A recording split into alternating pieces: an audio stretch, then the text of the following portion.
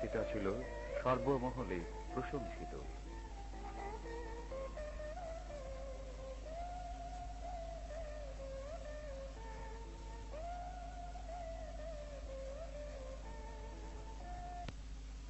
মাননীয় সদস্য জনাব অধ্যক্ষ আবুল কালাম মজুমদার, আপনার সময় 20 মিনিট এবং আমি জানি আপনি 20 মিনিটের মধ্যে শেষ করবেন। ধন্যবাদ মাননীয় স্পিকার। গত 24শে জানুয়ারি এই মহান সংসদে জেনারেল হোসেন মোহাম্মদ এরশাদ যে বক্তৃতা করেছেন তার উপর আলোচনা করার সুযোগ দেওয়াতে মাননীয় স্পিকার আমি আপনাকে ধন্যবাদ জানাচ্ছি। আমার বক্তব্য শুরু করার আগে আমি শ্রদ্ধা ভরে স্মরণ করছি বাঙালি জাতির জনক, হাজার বছরের শ্রেষ্ঠ বাঙালি জাতির জনক বঙ্গবন্ধু শেখ মুজিবের বিজয়ী আত্মার প্রতি আমি শ্রদ্ধা নিবেদন করছি। 15 আগস্টের কালো রাত্রিতে বঙ্গবন্ধুর পরিবারের যারা শাহাদাত বরণ করেছেন, পরবর্তীতে জেলখানার অভ্যন্তরে 4 জন জাতীয় নেতা আত্মাহুতি দিয়েছেন এবং তারপরে সামরিক শাসন বিরোধী আন্দোলনে যারা শাহাদাত বরণ করেছেন সবার আত্মার প্রতি শ্রদ্ধা নিবেদন করে আমি আমার বক্তব্য শুরু করছি। মাননীয় স্পিকার, রাষ্ট্রপতি যে ভাষণ দিয়েছেন সেই ভাষণে কিছু কথা আছে, সেই কথাগুলি যদি বাস্তবের সঙ্গে মিল থাকত, সেই কথাগুলির সঙ্গে যদি বাস্তবের সঙ্গে মিল খুঁজে পেতাম, আজকে তার বক্তৃতা সমালোচনা করার প্রয়োজন ছিল না। মাননীয় স্পিকার, আপনি দেখেছেন এই মহান সংসদে রাষ্ট্রপতি 31 পৃষ্ঠাব্যাপী যে ভাষণ দিয়েছেন তার 2য় পৃষ্ঠায় তিনি বলেছেন আমি আমার অঙ্গীকার রক্ষা করেছি। মাননীয় স্পিকার, আপনি জানেন এই রাষ্ট্রপতি ক্ষমতা দখলের সময় কি কথা বলে? একটি নির্বাচিত সরকারকে উৎখাত করে সামরিক ফরমান জারি করে তিনি সেদিন ক্ষমতা দখল করেছিলেন। ক্ষমতা দখল করে তিনি কি কথা বলেছিলেন জাতির সামনে? মাননীয় স্পিকার, আপনার স্মরণ আছে। তিনি বলেছিলেন আমি সৈনিক, আমি জনগণের প্রতিনিধিদের কাছে ক্ষমতা হস্তান্তর করে ব্যারাকে ফিরে যাব। মাননীয় স্পিকার, তিনি কি ব্যারাকে ফিরে গিয়েছেন? তিনি ব্যারাকে ফিরে যান নাই। মাননীয় স্পিকার, ক্ষমতা হস্তান্তরের নামে তিনি বলেছিলেন 2 বছরের মাঝে ক্ষমতা হস্তান্তর করবেন।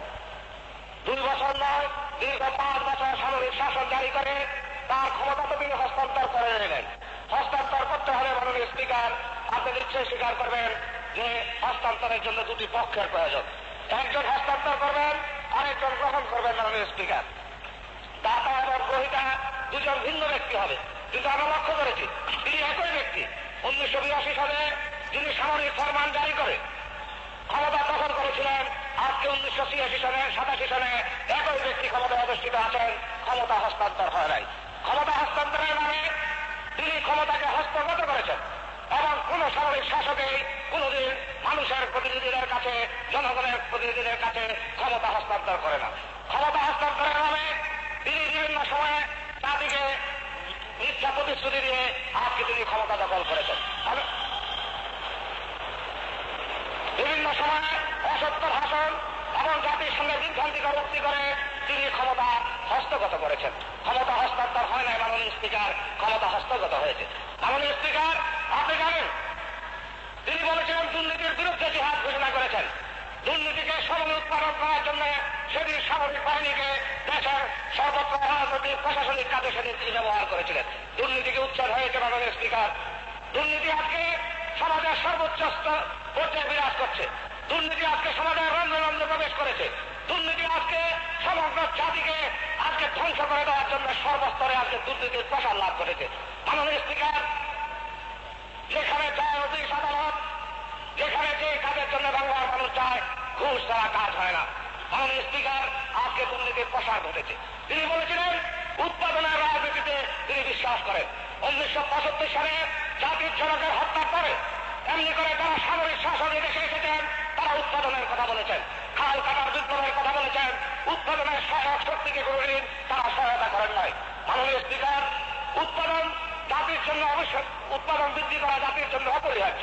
উৎপাদন বৃদ্ধি ছাড়া আমার দেশের উন্নতি আসতে পারে না, এই কথা আমরা বিশ্বাস করি। কিন্তু উৎপাদন বৃদ্ধি করার জন্য যে সমস্ত উপকরণের প্রয়োজন সেই উপকরণ সহজলভ্য না করলে উৎপাদন বৃদ্ধি পায় না। কৃষকের অবস্থা মাননীয় স্পিকার আপনি জানেন। বঙ্গবন্ধু সরকারের আমলে স্বাধীনতার পরে আমরা বিনামূল্যে বৃত্তিমূল দিয়েছি, বিনামূল্যে কীটনাশক ঔষধ সরবরাহ করেছি, স্বল্প মূল্যে সার সরবরাহ করেছি, কৃষকদেরকে সুসংগঠিত করে উৎপাদন বৃদ্ধির লক্ষ্যে একটি সুপরিকল্পিত কৃষিনীতি প্রণয়ন করে বাংলাদেশের কৃষককে উৎপাদনে উৎসাহিত করেছি। কি হয়েছে মাননীয় স্পিকার? গত 11 বছর কৃষকদেরকে উৎপাদনের উপকরণের দাম বৃদ্ধি করা হয়েছে। এই সংসদে কৃষিমন্ত্রী উত্তর দিয়েছেন 11 বছরে 12 বার সারের দাম বৃদ্ধি করা হয়েছে। বিনামূল্যের বৃত্তিমূল 1,60,000 টাকা ধার্য করা হয়েছে। বিনামূল্যের কীটনাশক ঔষধ আজকে বাজারে দুষ্প্রাপ্য হয়ে গেছে। 200 টাকা, 300 টাকা, 500 টাকা পর্যন্ত কেজিতে বিক্রি করা হয়। এই কি উৎপাদন বৃদ্ধির নমুনা? উৎপাদন কৃষি ক্ষেত্রে বাড়ে নাই, উৎপাদন শিল্প ক্ষেত্রে বাড়ে নাই, উৎপাদন শিক্ষা ক্ষেত্রে বাড়ে নাই, উৎপাদন বেড়েছে একটি ক্ষেত্রে মাননীয় স্পিকার। সেই উৎপাদন মন্ত্রীর উৎপাদন বৃদ্ধি পেয়েছে মাননীয় স্পিকার। যেদিকে তাকায় মন্ত্রী কেমন হয়? সন্তুষ্ট করার জন্য, দল গঠন করার জন্য মন্ত্রীর উৎপাদন বৃদ্ধি করে আজকে উৎপাদনের রাজনীতিকে ফলপ্রসূ করেছেন। মাননীয় স্পিকার, কৃষি ক্ষেত্রে ভর্তুকি হ্রাস করা হয়েছে। যেখানে কোটি কোটি টাকা খরচ করে বৈদেশিক মুদ্রা ব্যয় করে বিদেশ থেকে খাদ্য আমদানি করা হয়, কৃষকদের ভর্তুকি দেওয়া হয় না, সারের দাম বেড়ে যায়, কীটনাশক ঔষধের দাম বেড়ে যায়। কি হয়েছে মাননীয় স্পিকার? বাংলার কৃষক আজকে পাট উৎপন্ন করে কি অবস্থায় আছে আপনি জানেন। এই সরকারে গত বছর পাট উৎপাদিত হয়েছে 85 লক্ষ বেল। এবারকার পাট নীতিতে সেই লক্ষ্যমাত্রা সাব্যস্ত করা হয়েছে মাত্র 45 লক্ষ বেল। উৎপাদন কোথায় বৃদ্ধি পেয়েছে? পাট উৎপাদন চরমভাবে ব্যাহত হয়েছে। বৈদেশিক মুদ্রা অর্জনকারী এই সোনালী আঁশ আজকে বাংলার কৃষকের গলার ফাঁসে পরিণত হয়েছে মাননীয় স্পিকার। 1 মণ পাট বিক্রি করে একটা কাপড়ের কাপড় খরিদ করা যায় না। কৃষকরা তার মনের দুঃখে পাটের মুদ্রা লাগিয়ে ধ্বংস করে দিচ্ছে নিজের উৎপাদিত পাট। শিল্প ক্ষেত্রে উৎপাদন বাড়ে নাই মাননীয় স্পিকার। মাননীয় শিল্পমন্ত্রী যখন বক্তব্য রাখছিলেন তখন আমার প্রত্যাশা ছিল শিল্প ক্ষেত্রে কথা তিনি উচ্চারণ করবেন। মাননীয় স্পিকার, এই সরকার ক্ষমতায় এসে সামরিক সরকার এই দেশের উন্নয়নের লক্ষ্যমাত্রা স্থির করেছিলেন 7.5 ভাগ উৎপাদন লক্ষ্যমাত্রা তারই স্থির করেছিলেন। আজকে সেই উন্নয়নের লক্ষ্যমাত্রা নেমে এসেছে 3.8 ভাগে। কৃষি এবং শিল্প উৎপাদন 2.8 ভাগ থেকে নেমে 1 ভাগে নেমে এসেছে। সর্বক্ষেত্রে আজকে উৎপাদন হ্রাস পাচ্ছে। দ্বিতীয় পাঠশালা পরিকল্পনার সময় যে সমস্ত প্রকল্প গ্রহণ করা হয়েছিল মাননীয় স্পিকার, দ্বিতীয় পাঠশালা পরিকল্পনার সব বাস্তবায়ন তো হয় নাই। তার প্রায় 40% ভাগ পরিকল্পনায় পরিত্যক্ত হয়েছে। এর একমাত্র কারণ ছিল বৈদেশিক মুদ্রার সাথে বাংলাদেশের টাকার মূল্যবান অস্বাভাবিকভাবে হ্রাস পেয়েছে মাননীয় স্পিকার। আপনি জানেন 1974-75 সনে যেখানে বাণিজ্য ঘাটতির পরিমাণ ছিল 778 কোটি টাকা, 1985-86 সনে সেই বাণিজ্য ঘাটতির পরিমাণ দাঁড়িয়েছে 4,600 কোটি টাকা। মাননীয় স্পিকার, সামরিক শাসকরা এসে স্বনির্ভর অর্থনীতির কথা বলেন অর্থনীতিকে স্বনির্ভর করা হবে। মাননীয় স্পিকার, আপনি নিশ্চয় অবগত আছেন 1975-76 সনে আমার দেশের বৈদেশিক ঋণের পরিমাণ ছিল মাত্র 900 কোটি টাকা। সেই বৈদেশিক ঋণের পরিমাণ দাঁড়িয়েছে আজকে 20,000 কোটি টাকা। 20,000 কোটি টাকা বৈদেশিক ঋণ 1975-76 সালে বৈদেশিক ঋণের উপর আমার দেশের নির্ভরশীলতা ছিল 25%। আজকে বৈদেশিক ঋণের উপর নির্ভরশীলতা দাঁড়িয়েছে 85%। পরনির্ভরশীল অর্থনীতি আমার দেশের মানুষের কোনো কল্যাণ আনতে পারে না। মাননীয় স্পিকার, সেই অর্থনীতি আজকে পরনির্ভরশীল। মাননীয় স্পিকার, আপনি জানেন আমাদের দেশের মুদ্রামান কত দাঁড়িয়েছে। 1974-75 সালে $1 মূল্য ছিল 8 টাকা 88 পয়সা, আর 1985-86 সালে দাঁড়িয়েছে 33 টাকা 50 পয়সা। কৃষি ক্ষেত্রে কৃষি উপকরণ ভর্তুকি প্রত্যাহার হয় নাই। আপনি এও জানেন মাননীয় স্পিকার, আমার দেশের ভূমিহীনের সংখ্যা কিভাবে বৃদ্ধি পেয়েছে। 1975-76 সালে যেখানে ভূমিহীনের সংখ্যা ছিল 70-32 ভাগ, আজকে সেখানে ভূমিহীনের সংখ্যা দাঁড়িয়েছে 68 থেকে 70 ভাগ। কোথায় উন্নতি হয়েছে মাননীয় স্পিকার? উন্নতি কোথাও হয় নাই। উন্নতি নামে আজকে গত 5 বছর দেশের মানুষকে প্রগতির চাকাকে পেছনের দিকে ঠেলে দেওয়া হয়েছে। প্রকল্প গ্রহণ করা হয় মাননীয় স্পিকার। আপনি জানেন এই দেশে কোটি কোটি টাকা বৈদেশিক ঋণ অনুৎপাদনশীল খাতে ব্যয় করা হয়। আমি একটি পত্রিকার কথা আপনাকে বলছি, 50 ভাগের বেশি প্রকল্প মানুষের কাজে লাগে না। প্রকল্প গ্রহণ প্রণয়ন এবং বাস্তবায়ন ব্যর্থতা এবং দীর্ঘসূত্রিতায় উদ্বেগ প্রকাশ করিয়া তিনি বলেন, বর্তমান অবস্থা চলিতে থাকিলে দেশে দারিদ্র্য আরো বৃদ্ধি পাইবে, সামাজিক বিপ্লব অনিবার্য হইয়া পড়িবে। প্রকল্প বাস্তবায়ন অবস্থাকে দুর্বিষহ আখ্যায়িত করিয়া তিনি বলেন, প্রকল্পের নামে গাড়ি কেনা হয়, দালান তৈরি করা হয়, কিন্তু প্রকল্প সত্যি বাস্তবায়িত হয়েছে কিনা সেই হিসাব দেওয়ার কেহ নাই। মাননীয় স্পিকার, তিনি আরো বলেছেন, দেশের 50 ভাগের বেশি প্রকল্প দেশের মানুষের কাজে লাগে না। 1982 সালে প্রকল্পের সংখ্যা ছিল 1600, ইহা কমাইয়া 800 করা হয়, কিন্তু এই 800 প্রকল্পের প্রয়োজন ছিল কিনা সন্দেহ আছে। প্রকল্প গ্রহণ না করলে মন্ত্রণালয়ে কাজ থাকে না, বিদেশ ভ্রমণ করা যায় না, বিদেশ হইতে টাকা আনা যায় না, কেবল এই জন্যই প্রকল্প গ্রহণ করা হয়। আর এই সমস্ত সকল প্রকল্প করা হয়, তাদের অধিকাংশই বিমূর্ত প্রকল্প। বরিশাল সেচ প্রকল্পের 50 কোটি টাকা ব্যয়ের পর বলা হয়েছে এই প্রকল্পের প্রয়োজন নাই। গঙ্গাবাঁধ প্রকল্পের 13 কোটি 42 লক্ষ টাকা কিভাবে ব্যয় হবে কেউ জানে না। এই বক্তব্য কোন বিরোধী দলের নেতার বক্তব্য নয় মাননীয় স্পিকার, এই বক্তব্য বর্তমান রাষ্ট্রপতির বক্তব্য। এতেই তার ব্যর্থতা প্রমাণিত হয় মাননীয় স্পিকার। 20,000 কোটি বৈদেশিক ঋণ, আমার দেশের বৈদেশিক ঋণের পরিমাণ এত বেশি হয়েছে 250 কোটি টাকা প্রতি বছর সুদ হিসাবে পরিশোধ করতে হয় মাননীয় স্পিকার। তারপরেও অর্থমন্ত্রীকে জিজ্ঞাসা করেছিলাম, আপনি দেশের অর্থনৈতিক অবস্থা সম্পর্কে উদ্বিগ্ন কিনা? তিনি উদ্বিগ্ন হতে পারেন নাই। একজন সচেতন মানুষ, একজন সাধারণ নাগরিক উদ্বিগ্ন না হয়ে পারে না মাননীয় স্পিকার। সেই পরিমাণে আজকে লক্ষ্য করা গেছে সমস্ত টাকা পয়সা এনে অনুৎপাদনশীল খাতে খরচ করা হয়েছে। মাননীয় স্পিকার, এই বর্তমান সরকারের আমলে গত 11 বছরে বাংলাদেশ শিল্প ঋণ সংস্থা এবং বাংলাদেশ শিল্প ব্যাংক 1248টি প্রকল্প অনুমোদন করেছে। 1248টি প্রকল্পের মধ্যে মাত্র 36 ভাগ বাস্তবায়িত হয়েছে। রাষ্ট্রায়ত্ত ব্যাংক থেকে ব্যাংকগুলি 11 জন শিল্পপতিকে 398 কোটি 51 লাখ টাকা দিয়েছে, তার মধ্যে 207 কোটি টাকা তামাদি হয়ে গেছে মাননীয় স্পিকার। 1972 থেকে 82 পর্যন্ত বিএসআরএস সরকারি খাতকে ঋণ দিয়েছে 50 কোটি টাকা, আর শিল্পপতিদেরকে দিয়েছে 311 কোটি টাকা। আজকে কি লক্ষ্য করে মাননীয় স্পিকার? লক্ষ্য করছি এই যে কোটি কোটি টাকা দেওয়া হচ্ছে শুধুমাত্র নিজেদের দল গঠন করার জন্য। যারা সরকারকে সমর্থন করেন, যারা সরকারকে তাদের বিভিন্ন কাজে চাঁদা দেন, তাদের প্রকল্প অনুমোদন করে প্রকল্পের কোন চিহ্ন নাই, সেখানে কোটি কোটি টাকা ব্যয় করা হচ্ছে এবং সেই বৈদেশিক ঋণের বোঝা বহন করতে হচ্ছে আমার দেশের মানুষের। মাননীয় স্পিকার, শিক্ষা ক্ষেত্রের কথা আমি একটু বলতে চাই মাননীয় স্পিকার। অর্থনীতির এই নাজুক অবস্থার মাঝে 10 কোটি মানুষ গত 11 বছরের সামরিক শাসনের নির্যাতনে আমরা আজকে অতিষ্ঠ। মাননীয় স্পিকার, শিক্ষা ক্ষেত্রে বলা হয় শিক্ষিতের হার বাড়ছে, শিক্ষিতের হার বাড়ে নাই মাননীয় স্পিকার।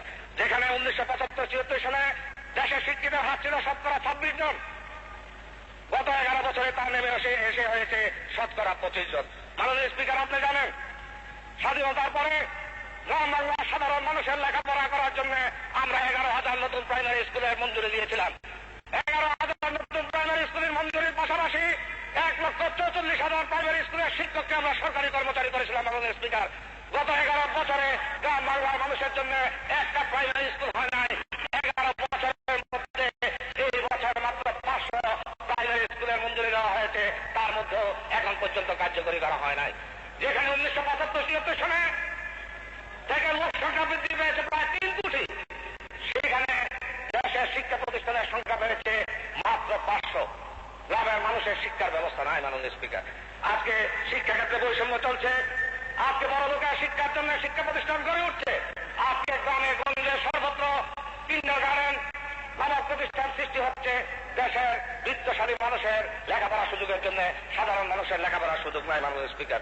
আপনি আমার সঙ্গে মাননীয় স্পিকার, শিক্ষা ক্ষেত্রে নৈরাজ্য, শ্রমিক অসন্তোষ, আইন শৃঙ্খলা পরিস্থিতি সব মিলিয়ে জাতির সামনে এক ভয়াবহ ভবিষ্যৎ অপেক্ষা করছে।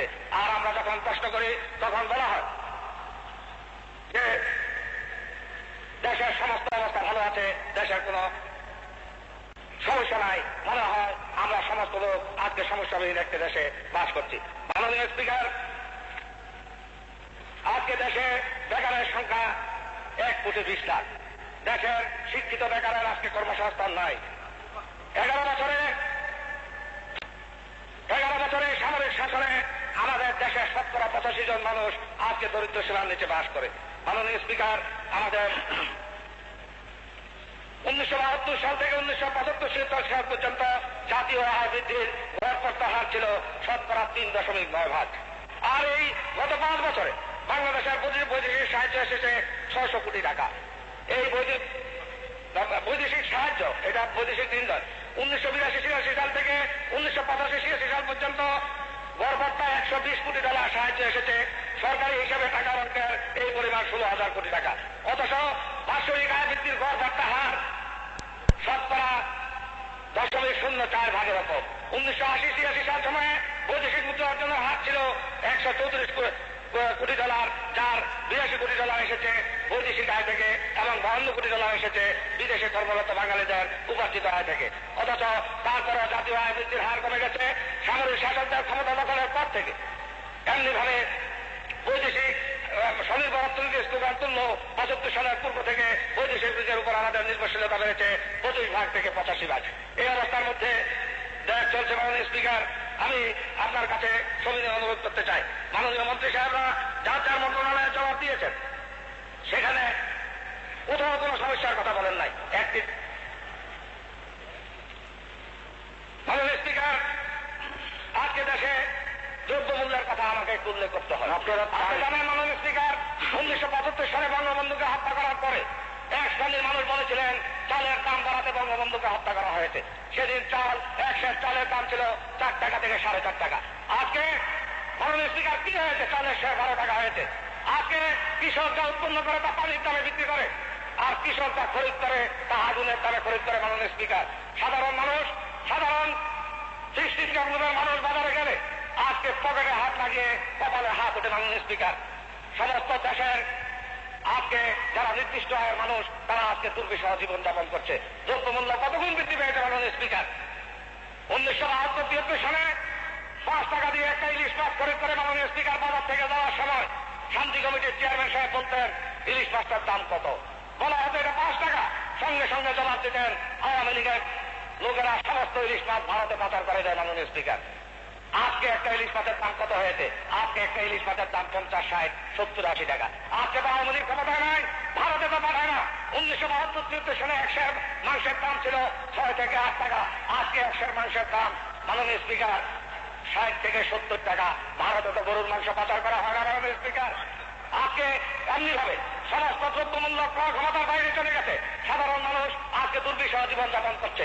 আমরা চাই 1982 সালে নয়, 1975 সালের পর থেকে এই দেশের সামরিক শাসন জারি করে মানুষের কল্যাণের কথা বলা হলো। এই দুটি সামরিক শাসন আমল কোনদিন মানুষের কোন কল্যাণ আনতে পারে নাই। যেই ক্ষমতা তারা কুক্ষিগত করেছেন, যেই দিন এই কুক্ষিগত ক্ষমতাকে ছিনিয়ে এনে বাংলাদেশের মানুষের ক্ষমতা বাংলাদেশের মানুষের কাছে ফিরিয়ে দেওয়া যাবে, সেই দিনে এই দেশের মানুষের সত্যিকারের অর্থনৈতিক মুক্তি অর্জিত হবে। মাননীয় স্পিকার, এই কথা বলে আমি আপনাকে ধন্যবাদ দিয়ে আমার বক্তব্য শেষ করছি। জয় বাংলা, জয় বঙ্গবন্ধু। ধন্যবাদ মাননীয় স্পিকার। আপনার বক্তৃতার টাইমিং এর জন্য আপনাকে আমি অশেষ ধন্যবাদ দিচ্ছি। হ্যাঁ ভাই, স্পষ্ট রেকর্ডিং এর জন্য আজই যোগাযোগ করুন TI ইলেকট্রনিক্স, হাজী আমজাদ আলী মার্কেট, বাগমারা উত্তর বাজার, লাকসাম, কুমিল্লা। ধন্যবাদ। স্পিকার,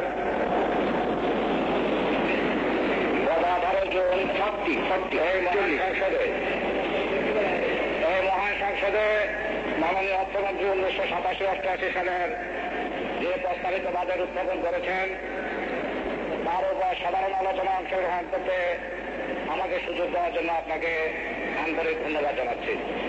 মাননীয় স্পিকার, এই সরকারের আমলে আরো 5টি জাতীয় বাজেট পেশ করা হয়েছে। এবারে সর্বপ্রথম জাতির আগামী 1 বছরের আয় ব্যয়ের হিসাব সার্বিকভাবে বাজেট উত্থাপিত হয়েছে মহান জাতীয় সংসদে। মাননীয় স্পিকার, আপনি এই কথা জানেন, গত বছর জাতীয় নির্বাচন সম্পন্ন হওয়ার পরে এই সংসদের মাননীয় সংসদ সদস্যরা নির্বাচিত হওয়ার পরেও এক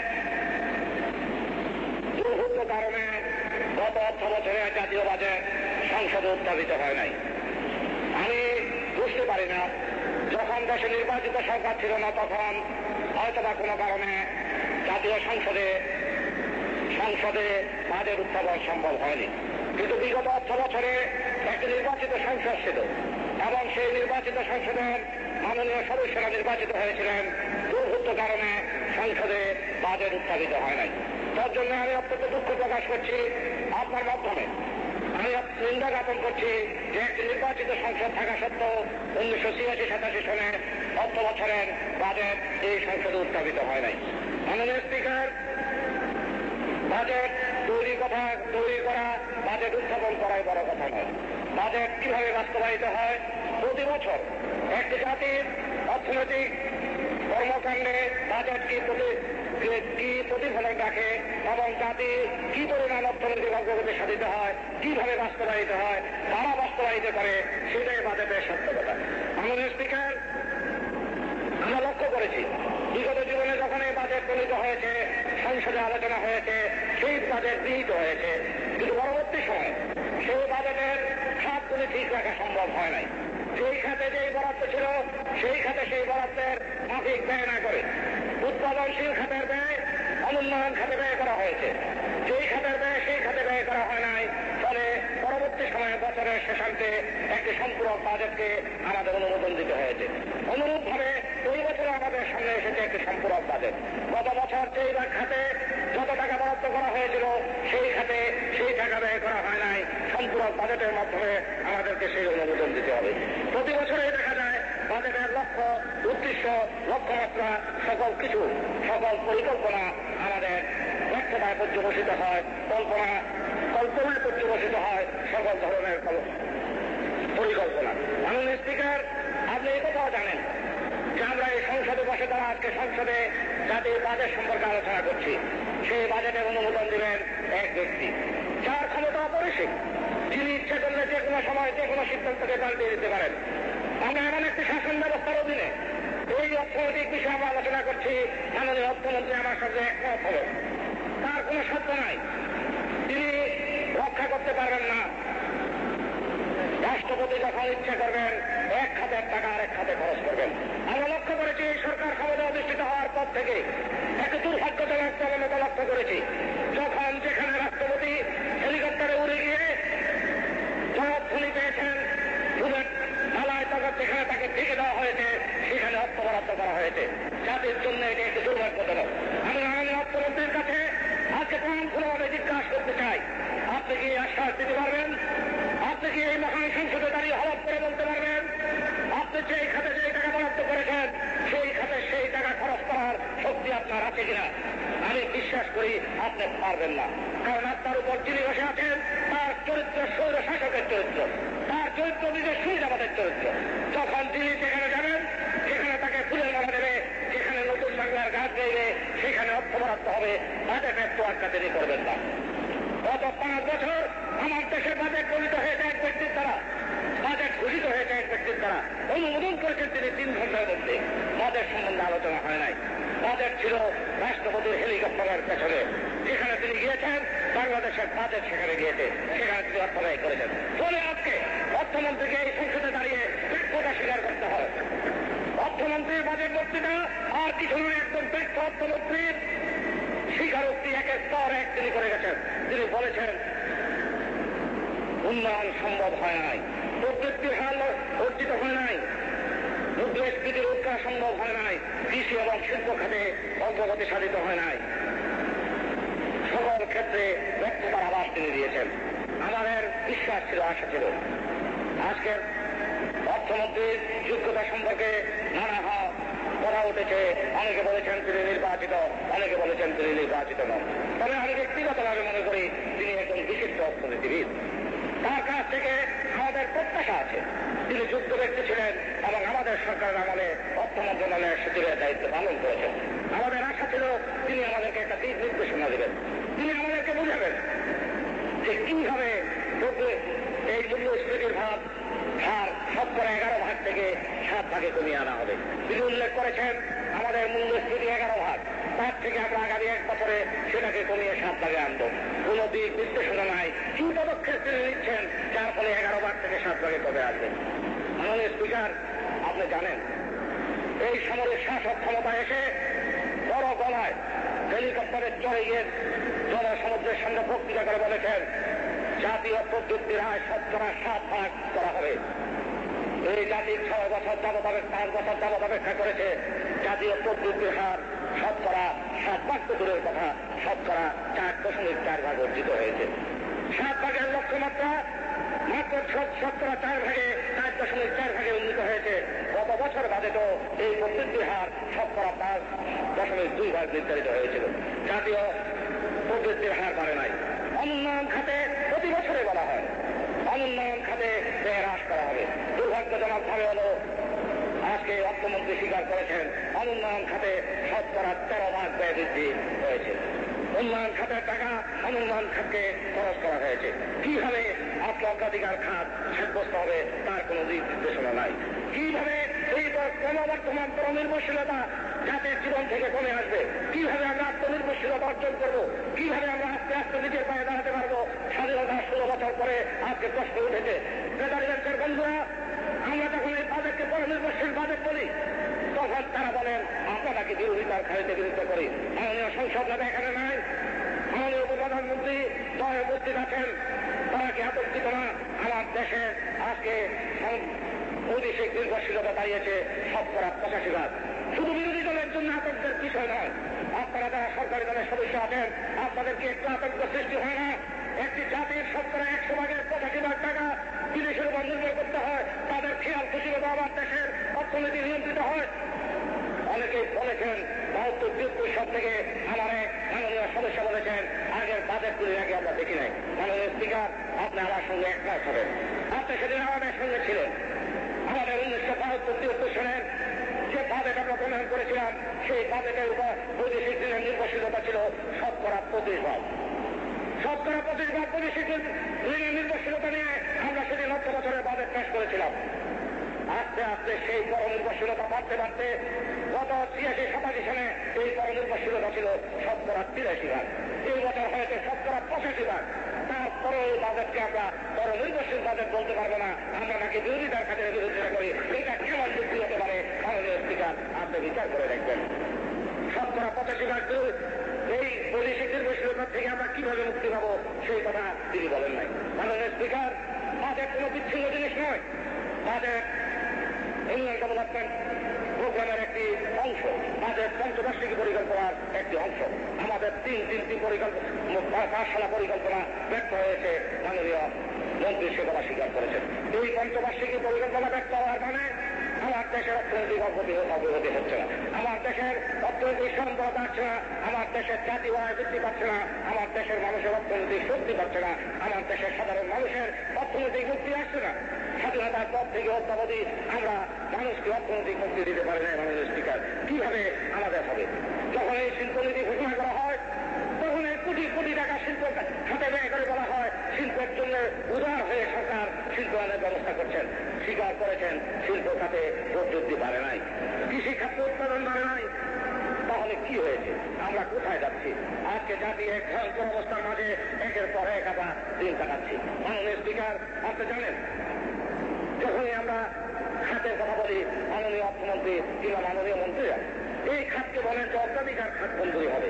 বক্তৃতা যখন করেন তখন তারা বলেন যে অগ্রাধিকার খাত হবে কৃষি, শিক্ষা, জনসংখ্যা নিয়ন্ত্রণ, এই ইত্যাদি খাত হবে অগ্রাধিকার খাত। কিন্তু বাস্তব পক্ষে সেই অগ্রাধিকার খাত তো থাকে না। সারা বছর যখন শিক্ষা খাতে 775 কোটি টাকা, প্রতিরক্ষা খাতে 768 কোটি টাকা, মাত্র 7 কোটি টাকা কম। প্রতিরক্ষা খাতে 7 কোটি টাকা কম। মাননীয় স্পিকার, সেখানে আছে প্রতিরক্ষা খাতে 7 কোটি টাকা সুযোগ করে থাকের মধ্যে আছে রেশনে ভর্তুকি, রাস্তাঘাট নির্মাণ, অন্যান্য সুযোগ সুবিধা। ওইগুলি যোগ করলে দেখা যাবে শিক্ষা খাত সর্বোচ্চ খাত নয়, এই বাজেটের মধ্যে প্রতিরক্ষা খাত সর্বোচ্চ খাত। গত বছর প্রতিরক্ষা খাতের যে টাকা বরাদ্দ করা হয়েছিল মাননীয় স্পিকার, আজকে সংশোধিত বাজেটে আছে 77 কোটি টাকা, তার থেকে বেশি খরচ করতে আর এই বছর আল্লাহ গফুর রব্বিল আলামিনের জানে কত টাকা নিয়ে যায় তার কোনো হিসাব নাই। তাহলে লোকে চুরি করেন কেন? যেই খাতে বেশি টাকা সেই কথাই বলেন। রাস্তায় যখন নামছেন ভুলটার ভয় কি? প্রতিরক্ষা খাত, সর্বোচ্চ খাত, এই কথা স্বীকার করছেন না কেন? এই কথা স্বীকার করছেন না আমাদেরকে ফাঁকি দেওয়ার জন্য। বাস্তব পক্ষে সর্বোচ্চ বরাদ্দ হয়েছে প্রতিরক্ষা খাতে, শিক্ষা খাতে নয়। আজকে কথা উঠেছে কর বিকল্প কর কি হবে? আমরা করের বিরোধিতা করি না মাননীয় স্পিকার। আমরা বলেছিলাম এই 416 কোটি টাকা করের বোঝা কে বহন করবে? কোন শ্রেণীর মানুষের উপরে 416 কোটি টাকা পেয়ে আসবে? এই কি গ্রামের গরিব দিবে, নাকি এই পুঁজিপতিরা দেবে, নাকি এই পুঁজিপতিরা যারা কালো টাকা অর্জন করেছে তারা দেবে? কষ্ট সেখানে 416 কোটি টাকার আয়ের মধ্যে স্বাস্থ্য খাতে 1 টাকা 2 টাকা 3 টাকা করে দিলে মাননীয় স্পিকার 1412 কোটি 51 লাখ টাকা মাত্র আসে।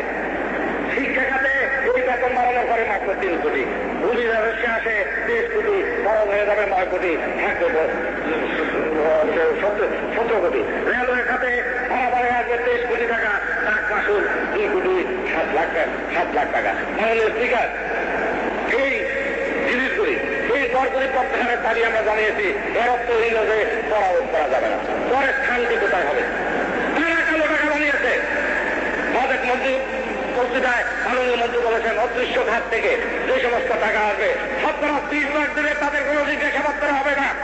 5 বছর কালো টাকা রোজগার করছে, কোটি কোটি টাকা বানাইছে, তাদেরকে মাফ করে দিয়া সাধারণ মানুষের উপর ট্যাক্স ধরবেন এই অধিকার এই জাতীয় সংসদকে কেউ দেয় নাই। টাকা আমরা বানাই নাই, সাধারণ মানুষ টাকা বানায় নাই।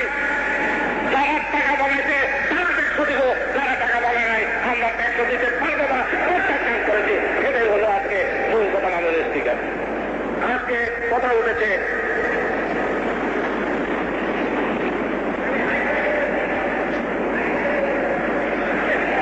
মাননীয় স্পিকার, জীবনযাত্রার ব্যয় বৃদ্ধি পেয়েছে 17%।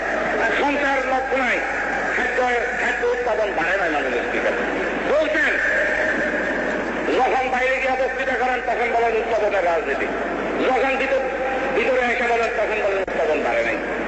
যখন বাইরে যাবেন তখন বলেন যে কথার রাজনীতি আমরা করি না, আমরা কাজের রাজনীতি করি। এই নাকি কাজ আপনাদের? গত 2 বছরের মধ্যে খাদ্য উৎপাদন 100 টাকা বাড়ে নাই। খাদ্য উৎপাদনের লক্ষ্যমাত্রা ধরা হয়েছে যে 174 লক্ষ টন, উৎপন্ন হয়েছে 165 লক্ষ টন। উৎপাদন কিভাবে বাড়বে? মাননীয় স্পিকার, উৎপাদন তো স্টেট নামের গুলি না যে ফিগারের মধ্যে টিলা দিলে ফটাফট বেরিয়ে যাবে। স্টেট নামের গুলি না মাননীয় স্পিকার। এটা পারার জন্য উৎপাদনের সঙ্গে যে সমস্ত জিনিস আছে তার উপকরণের ব্যবস্থা করতে হবে। দুর্ভাগ্য মাননীয় স্পিকার, আমাদের বিনামূল্যে টিউবওয়েল, বিনামূল্যে পাওয়ার পাম্প শুধু দেয় নাই, ড্রাইভারের বেতনটা আমাদের সরকারের আমলে দেওয়া হয়েছে। যন্ত্রটা ভাঙলে তার খুচরা যন্ত্রাংশরা সরবরাহ করা হয়েছে। আমরা নাকি পল্লী বন্ধু হইতে পারলাম না। মাননীয় স্পিকার, কীটনাশক ঔষধ বিনামূল্যে পাওয়া গেছে। আজকে কীটনাশক ঔষধ একজন মানুষ খাইয়ে মুক্ত হইল 50 টাকার কমে কীটনাশক ওষুধ খেলে মানুষ মারা যায় না। মাননীয় 200 টাকার পাউন্ড হয়েছে, তার মধ্যে ভেজাল। কীটনাশক ঔষধ আজকে পাওয়া যায় না। সালাম সাহেব তার কৃষিমন্ত্রী যিনি আছেন জিজ্ঞেস করেন প্ল্যান্ট প্রোডাকশনের 3 জন প্লেনের মধ্যে 3 জনের তৃতীয় করে কোথায় তাহলে ওষুধ দিতে পারে না। কিভাবে উৎপাদন বাড়বে? মাননীয় স্পিকার, উৎপাদন বাড়বে না। উৎপাদন কৃষি ক্ষেত্রে বাড়াতে হলে উৎপাদনের উপকরণ সরবরাহ করতে হবে। আজকে ছোট কৃষক সব প্রকল্পের সদস্য হতে পারে না।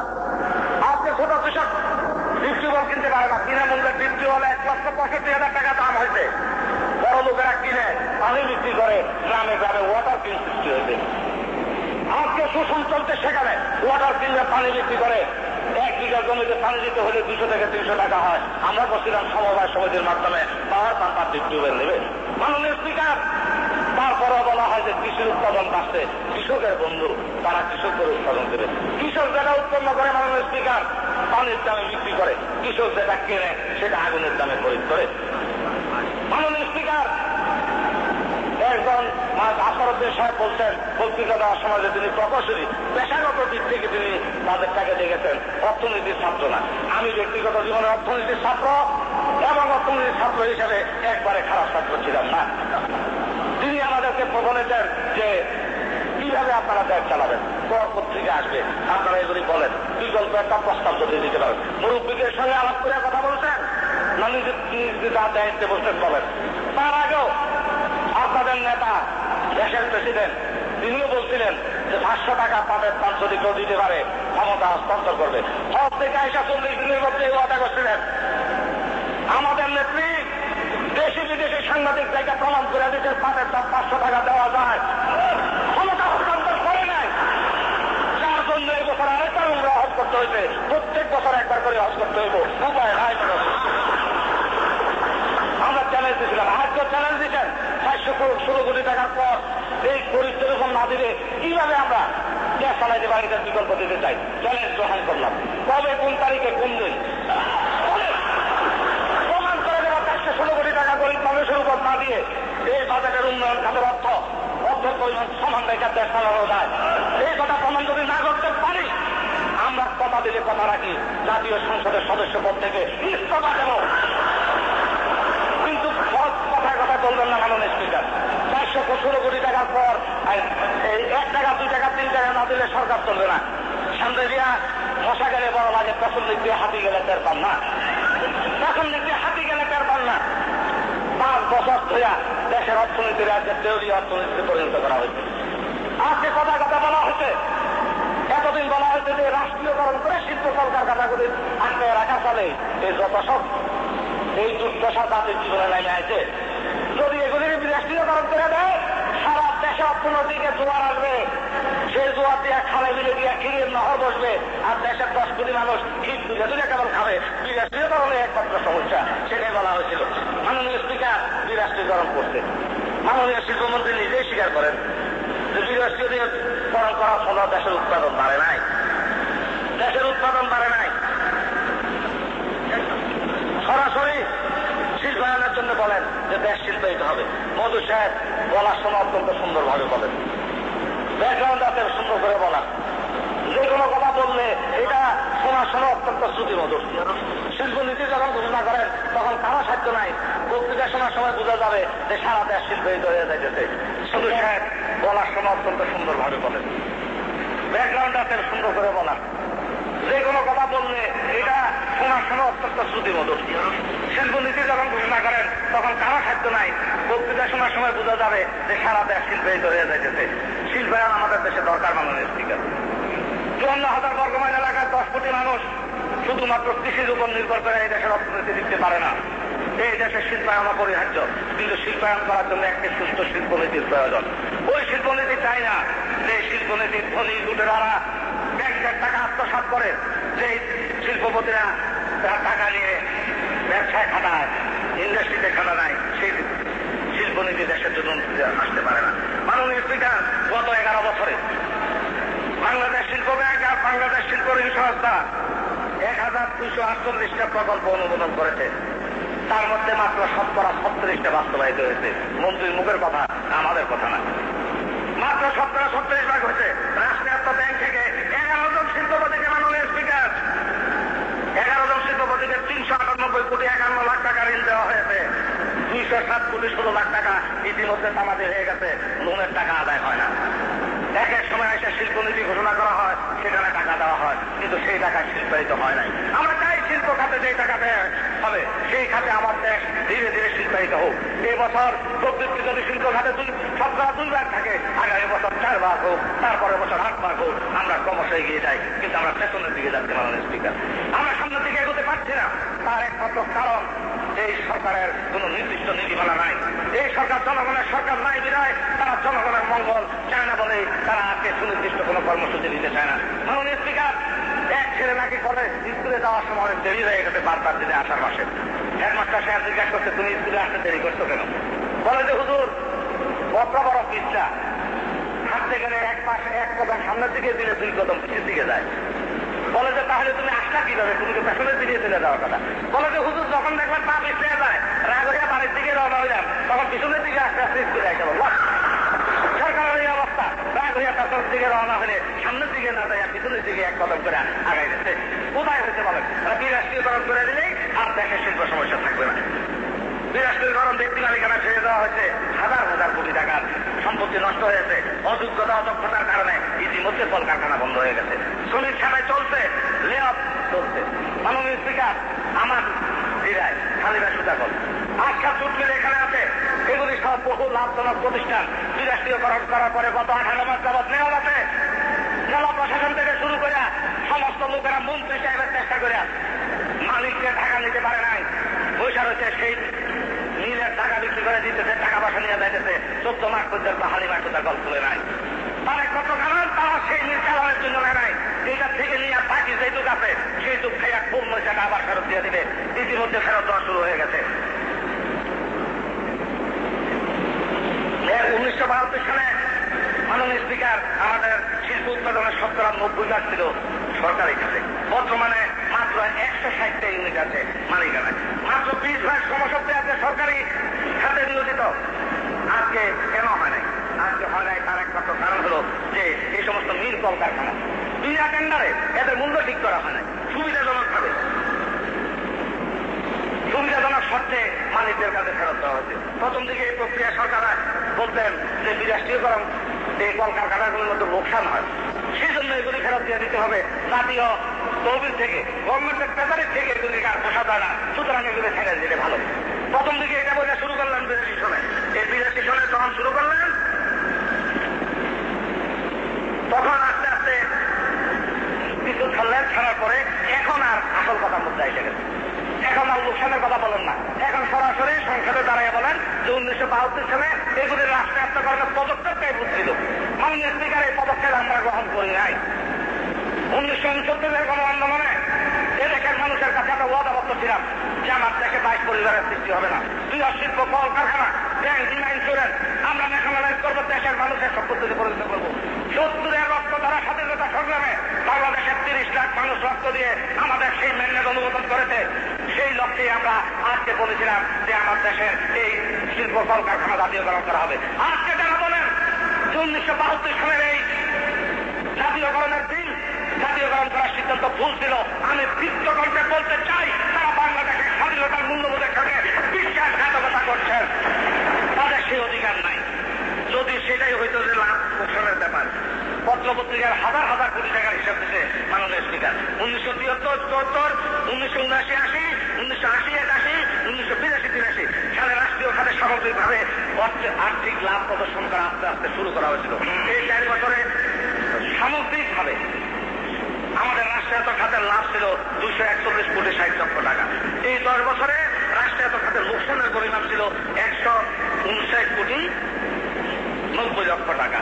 এই 10 বছরে যদি 160 কোটি টাকা খরচে লস হয়ে থাকে তাহলে প্রতি বছর করে 16 কোটি টাকা মাত্র ভর্তুকি দেওয়া হয়েছে।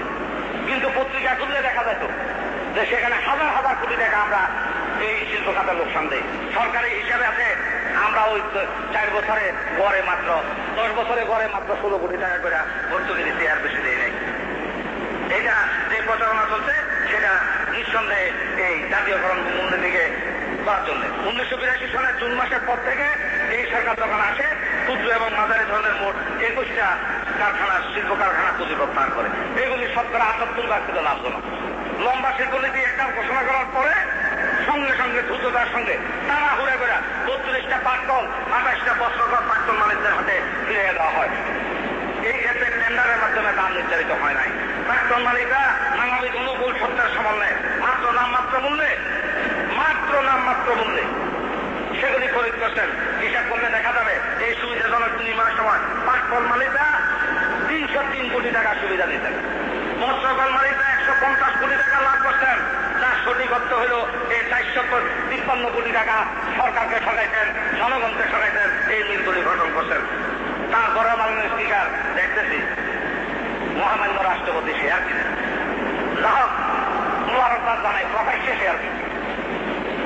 একটু হাঁপাইছে প্রকাশ্যে কিনছেন শেয়ার বিরাষ্ট্রীয়করণের, অপ্রকাশ্যে কত টাকা শেয়ার আছে আল্লাহ জানে, আমরা এটার হিসাব দিতে পারবো না। প্রকৃতভাবে তিনি আজকে প্রকাশ্যে একটা শেয়ার কিনা এই জাতির শিল্প কল কারখানাকে ধ্বংস করে দেওয়ার জন্য শুভ উদ্বোধন ঘোষণা করলেন।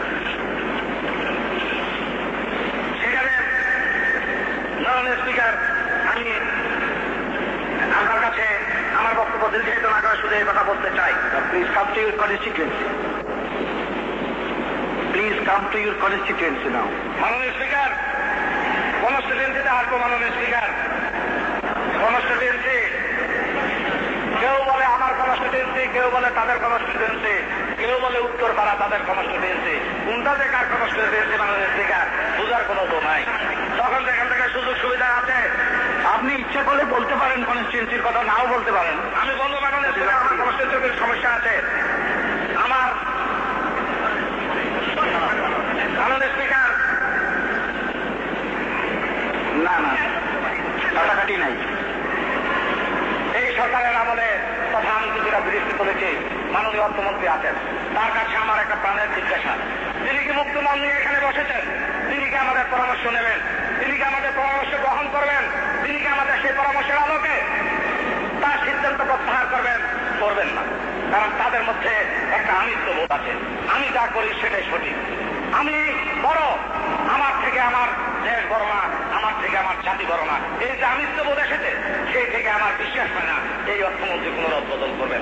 শুধু একটা নাটকে মঞ্চস্থ করছেন, নাটক মঞ্চস্থ করছেন, বাজেট দিয়েছেন, আমরা আলোচনা করি, ট্রান্সপোর্টেশন হবে, তাড়াতাড়ি আপনি বিলোডিং করবেন, সেটা পাস হয়ে যাবে। এটা একটা নাটকের মহারা মাননীয় স্পিকার। যদি সত্যিকার মন নিয়ে আসেন, অর্থনৈতিক সমস্যা কোন দলের সমস্যা নয়, একটা জাতির অর্থনৈতিক দুরবস্থা কোন দলের সমস্যা হতে পারে না, এটা একটা জাতীয় সমস্যা। সরকারি দল বিরোধী দল সবার জন্য অর্থনৈতিক দুরবস্থা আমাদের জন্য দুর্বিষহ। আমরা যেখানে থাকি আমাদের এলাকায় শুধু সুখে অসুবিধা থাকবে, আপনার অসুবিধা থাকবে তা হয় না। মাননীয় স্পিকার আপনি লক্ষ্য করেছেন, রেজার্ভেন্সের মাননীয় সদস্যরা একদিকে বলেন সারা দেশে উন্নয়নের জোয়ার চলছে, কোনো অভাব নাই, অসুবিধা নাই। গত 5 বছরে সারা দেশের মানুষ উন্নয়নের জোয়ারে ভেসে গেছে, দেশ কেবল সামনের দিকে এগিয়ে যেতেছে।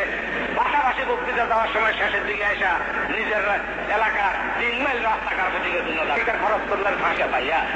গত 5 বছর মধ্যে তো কি করলেন? কার তোয়াজ করলেন, কারে মারহাবা দিলেন, কারে জিন্দাবাদ দিলেন, নিজের রাস্তাঘাটের ব্যবস্থা অন্য করতে পারেন নাই। মাননীয় স্পিকার, এই সরকারের কাছ থেকে আমরা কিছু আশা করতে পারি না। আগে চিন্তা করতে হবে সরকারের চরিত্র কি। যে সরকারের চরিত্র এক নায়কত্বের চরিত্র, যে সরকারের চরিত্র ধনীদের পৃষ্ঠপোষকতার চরিত্র, যে সরকারের চরিত্র দেশের বিত্তশালী লোকদের দ্বারা প্রভাবিত হয়, সেই সরকারের কাছ থেকে জনগণের উন্নতি আশা করা যায় না। যে সরকারের স্বজনপ্রীতি দুর্নীতির কথা গভীরভাবে আসক্ত, যে সরকার জাতীয় এবং আন্তর্জাতিক ভাবে আজকে দুর্নীতির বেড়াজাল ছড়িয়ে ফেলেছেন, যে সরকার এক ব্যক্তির যথেচ্ছাচারে আজকে পাগল হয়ে গেছেন, কোন মাননীয় সদস্য কিংবা মন্ত্রীর কিছুই করার নাই।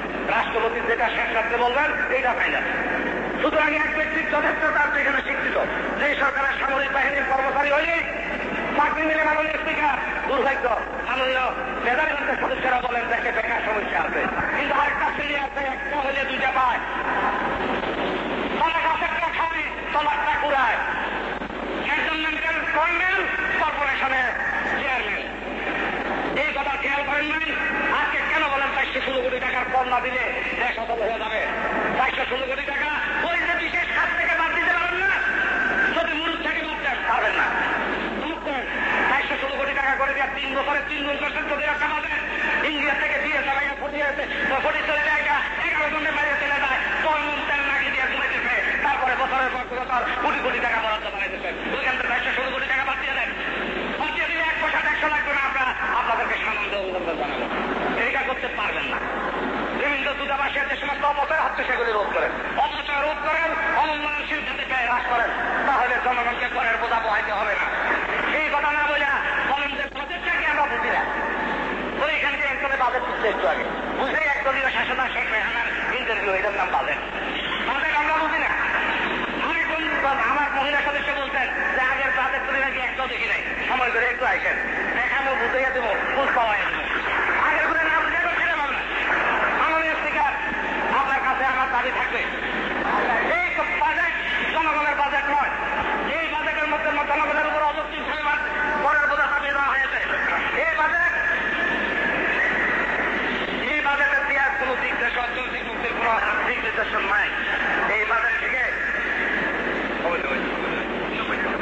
কর প্রত্যাহার করতে হবে, কর যেগুলি আছে সেগুলি প্রত্যাহার করে দিতে হবে। মাননীয় স্পিকার, কর প্রত্যাহারের একটা পথ দিলাম। এটা তো অর্থনৈতিক উন্নয়নের কোনো পথ নাই, এখানে পরনির্ভরশীলতা আরো বাড়বে।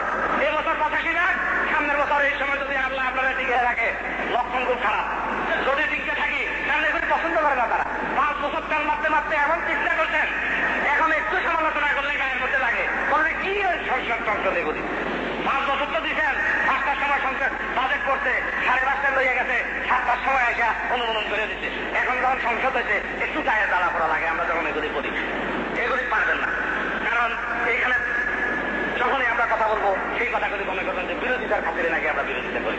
আমরা যদি বলি আমরা বিরোধিতার খাতিরে শুধু বিরোধিতা করি না, আপনারা সমর্থনের খাতিরে সমর্থন করেন। বুকে হাত দিয়ে বলেন যে নারীগঞ্জের বন্ধুরা এখান থেকে রবিবার হইয়া যখন হোস্টেলে যাইলেন তখন আপনার চেহারা এটা থাকতো না। এটার ভিতর আসলে কথা বলতে পারেন না, এটার ভিতর আসলে কথা বলতে পারেন না। একজন সরকারি দলের সদস্য আমাকে টেলিফোন করে বলছে যে একটু উঠান না সংসদের মধ্যে। কি উঠাবো? বলতে আমরা তো পারি না। কি হয়েছে? আটা উড়াচ্ছে, কালকে বিটিআর মানুষের মারামারি হয়েছে, রেলের কর্মচারীর মধ্যে মারামারি হইয়া রেলগাড়ি বন্ধ হয়ে গেছে, আত্মীয় স্বজন সব আটকা করছে, তারা তো আসতে পারে না, একটু সংসদের মধ্যে উঠান, আমরা তো পারি না। জানি আপনাদের বিবেক আজকে বন্দী, আপনাদের বিবেক এমন জায়গায় বন্দী আছে, সেই বন্দিত্ব অবস্থা থেকে আল্লাহ আপনাদেরকে মুক্ত করে আনো, সেই কামনায় আমরা আজকে করি। আপনারা পারেন না সত্যকে সত্য বলতে, আপনারা পারেন না মিথ্যাকে ঘৃণা করতে। আজকে জাতির সামনে একটা জিনিস প্রকট হয়ে দেখা দিয়েছে মাননীয় স্পিকার, সত্য বড় না শক্তি বড়।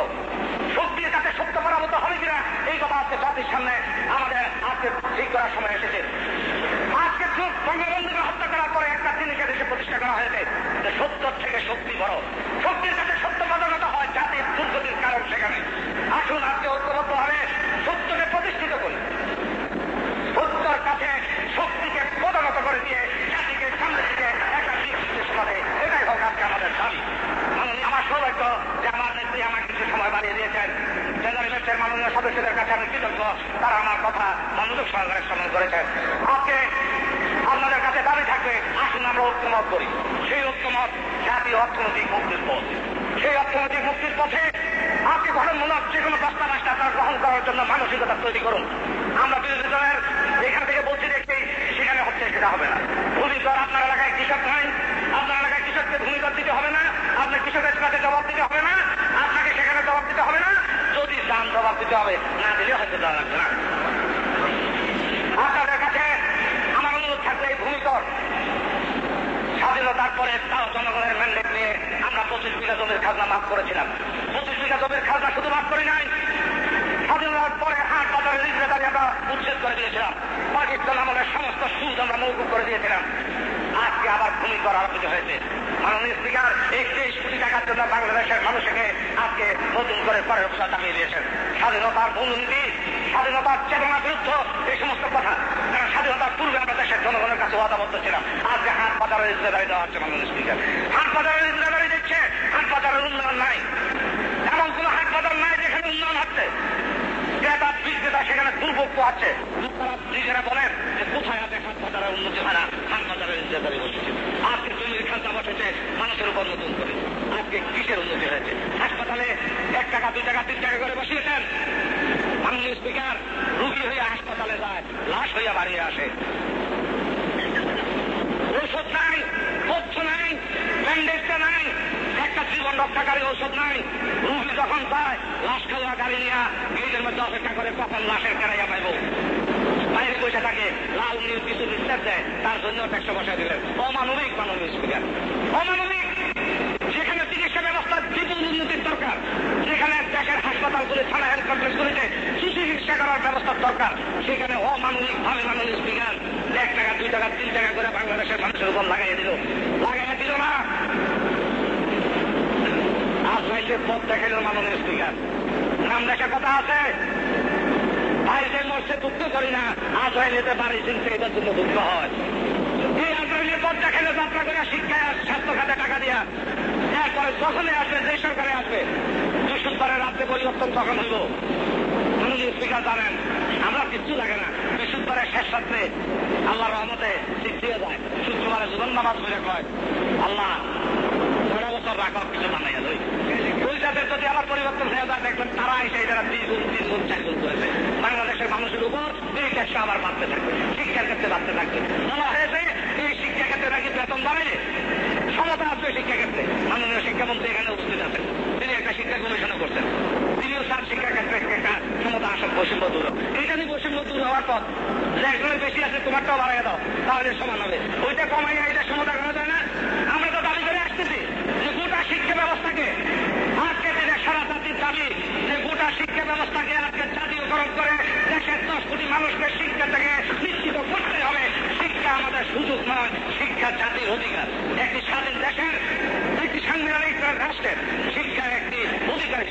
প্রতিষ্ঠিত হোক, এটাই আমরা চাই। আজকে শিক্ষার বেতন, স্কুল কলেজের বেতন শুধু না বাড়িয়ে আজকে আসুন গোটা শিক্ষা ব্যবস্থাকে আমরা ঢেলে সাজাই, একটি সুষম বৈষম্যহীন শিক্ষা ব্যবস্থা চালু করে যাতে আগামী দিনের ভবিষ্যৎ আমাদেরকে শিক্ষা না দেয়। আজকে দেশের কি অবস্থা হয়েছে, আজকে গরিবের সন্তানেরা ফায়ার স্কুলে পড়ে, ধনীর দুধের কলেজে পড়ে, কিন্ডার গার্ডেনে পড়ে। আজকে মেধার কোনো প্রতিযোগিতা নাই, আজকে মেধা ক্ষেত্রে অসম প্রতিযোগিতা দেখা দিয়েছে। সেই জন্য আজকে আসুন কাদারি ব্যাংকের বন্ধুরা, সমস্ত শিক্ষা ব্যবস্থাকে ঢেলে সেজে আমরা একটি নতুন শিক্ষা ব্যবস্থা প্রণয়ন করি, যে শিক্ষা ব্যবস্থার মাধ্যমে মেধার প্রতিযোগিতা হবে। ক্যাডেট কলেজে পড়ে, কিন্ডার গার্ডেনে পড়ে আর ঢাকা প্রাইমারি স্কুলে পড়ে মেধার প্রতিযোগিতা হয় না। মাননীয় স্পিকার, আজকে জাতিকে চিন্তা বিভক্ত করা হচ্ছে শিক্ষা ক্ষেত্রে। সেই ক্ষেত্রে আমি আপনাদেরকে অনুরোধ করবো, আসুন আমরা নতুন শিক্ষা ব্যবস্থা কায়েম করি। মাননীয় স্পিকার, আমার এলাকা সম্বন্ধে কিছু কথা বলে আমি শেষ করি। আমার ভয় হয়, মাননীয় স্পিকার, ভয় হয় কুমিল্লার মানুষ যখন যেটা চায় পাশের জেলার তারা সেটা পাইয়া যায়। এখন আমি চাইলে এটা আবার কোন জেলা পাইয়া পায়, এটা ভালো লাগতেছে। দ্বিতীয় বিশ্ববিদ্যালয়ের দাবি করছিলাম আমরা 62 সালে, আমাদের এখানে অনেক মন্ত্রী আছেন, আমরা যেটা দাবি করি আমরা প্রতিবেশী জেলা সেটা পাবো। আমরা দাবি করলাম দ্বিতীয় বিশ্ববিদ্যালয়, চলে গেল সাতগাঁও। আমরা নগরে আবার বললাম যে বিশ্ববিদ্যালয় চলে গেল ছিলেন। এখন আমি যদি বিশ্ববিদ্যালয় দাবি করি, এটা কোন জায়গা যায় আল্লাহ যাবে। এই অবস্থাতে কোথায় যায় আল্লাহ করতে পারে। এই ভয়ে আমি কিন্তু দাবিও করতে চাই না। বাংলাদেশ স্পিকার, কুমিল্লা কৃষির ক্ষেত্রে ভূমিকা প্রতিষ্ঠিত, কুমিল্লার মাঠ বলে দিবে কুমিল্লা কোথায় আরম্ভ কোথায় শেষ। আপনারা মাননীয় সদস্যরা আপনাদের দাওয়াত রইল, আসেন। ফসলের মাঠ বলে দেবে কুমিল্লার কোথায় শুরু আর কোথায় শেষ, আয়তন বলে দিতে হবে না। কুমিল্লার চাষিরা প্রগ্রেসিভ ফার্মার কিংবা আজকে তারা কৃষিক্ষেত্রে অনেক অগ্রগতি সাধন করেছে। কুমিল্লার প্রতিষ্ঠিত হয়েছে পল্লী উন্নয়ন একাডেমি, যার অভিজ্ঞতা লব্ধ অভিজ্ঞতা থেকে আজকে সারা কুমিল্লা নয় সারা দেশে সেই কৃষিক্ষেত্রে আমরা একটা বিপ্লবের সূচনা করতে পেরেছি। সেই প্রেক্ষিতে আমাদের একটা ইনফ্রাস্ট্রাকচার আছে, আমাদের একটা অবকাঠামো আছে কুমিল্লায়। আমি আপনাদের মাধ্যমে এই মহান সংসদের কাছে দাবি করব, আমাদের কুমিল্লায় অনবিলম্বে একটি কৃষি বিদ্যালয় প্রতিষ্ঠিত হোক, সে ব্যাপারে আপনারা ঐক্যমত পোষণ করবেন। মাননীয় স্পিকার, আমার এলাকার সমস্যা সম্পর্কে আমি দীর্ঘায়িত না করে আপনাকে ধন্যবাদ দেবো আমার বক্তব্য দেওয়ার জন্য। আপনি আমাকে যথেষ্ট সময় দিয়েছেন, সুযোগ দিয়েছেন। এটা আমার পরম সৌভাগ্য। এই দ্বিতীয় জাতীয় সংসদে যখন আমি বক্তৃতা দিতে উঠেছি, স্পিকারের চেয়ারে আপনি ছিলেন। এটা একটা কোইন্সিডেন্ট বলা যেতে পারে, এবং আপনি আমাকে যথেষ্ট সুযোগ দিয়েছেন। আমি আমার বক্তব্য শোনার জন্য সবাইকে ধন্যবাদ জানিয়ে কুমিল্লা জেলার ডাকাতিয়া নদীর সংস্কার সহ কুমিল্লা বিমানবন্দর এলাকার যে সমস্ত মানুষ ব্রিটিশ আমলে ক্ষতিগ্রস্ত হয়েছেন, যাদের ক্ষতিপূরণ দেওয়া হয় নাই, যাদের জমি এইভাবে নেওয়া হয়েছে, তাদের সেই বিমানবন্দর এলাকার অনবিবাহিত জমি স্থায়ী বন্দোবস্ত প্রদানের জন্য সংশ্লিষ্ট মন্ত্রণালয় ব্যবস্থা নেবেন, সেই আশাবাদ ব্যক্ত করে আপনাকে